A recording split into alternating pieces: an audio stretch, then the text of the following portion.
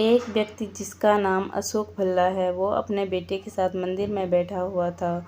उसके बेटे का नाम आरव है और उसकी उम्र 25 वर्ष है। आरव बहुत ही खुश लग रहा है, जो कि उसकी हरकतों से साफ जाहिर हो रहा है। उसके सवाल बहुत अजीब ही लग रहे हैं, जिसकी तरफ हर किसी का ध्यान जा रहा है, खास तौर पर वहाँ बैठे वहीं पास में बैठे बुजुर्ग दंपति। वो चाहकर भी अपना ध्यान आरव से हटा नहीं पा रहे थे।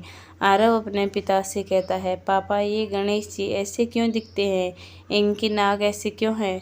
तब पिता बड़े ही शांत मन से खुशी के साथ अपने बेटे को भगवान गणेश की कहानी सुनाते हैं और तब आरव को गणेश जी की नाक, जिसे सूंड कहते हैं, के बारे में पता चलता है। आरव ऐसे कई सवाल करता है, जैसे आसमान का रंग कौन सा है, पक्षी का नाम क्या है, नदी का रंग क्या है।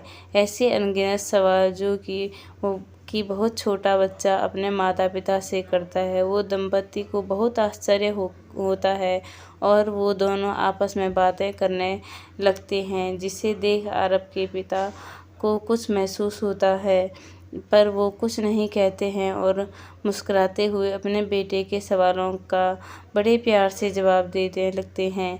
दोनों बुजुर्ग दंपति को बेचैनी होने लगती है और वो आरव पागल है ऐसा वहाँ सभी लोगों से कहने लगते हैं और अपनी जान पहचान में आरव की चर्चा करने लगते हैं। अगले दिन भी दंपति को आरव और मिस्टर भल्ला मिलते हैं और इस बार वो दोनों आरव के पिता के पास पहुंच जाते हैं। वो अपने आरव को मेंटल चेकअप और ट्रीटमेंट की ज़रूरत है यह कहना चाहते हैं और बहुत ही अटक कर असहजता से पूछते हैं, ये जो है ना, है क्या वो आपका बेटा है? भल्ला साहब कहते हैं, हाँ जी है। किस बात के लिए? मुझे आरव को डॉक्टर के दिखाना चाहिए, वो एकदम चुस्त दुरुस्त है।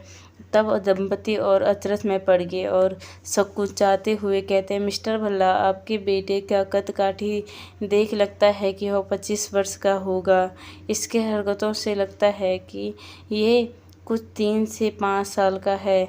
हम समझ रहे हैं पिता के लिए यह सच स्वीकार करना बहुत ही मुश्किल है, लेकिन अगर आप इस सच को स्वीकार लें तो आरव का इलाज करवाएं और शायद परिस्थिति में बदलाव हो जाए। मिस्टर भल्ला की हंसी आ गई।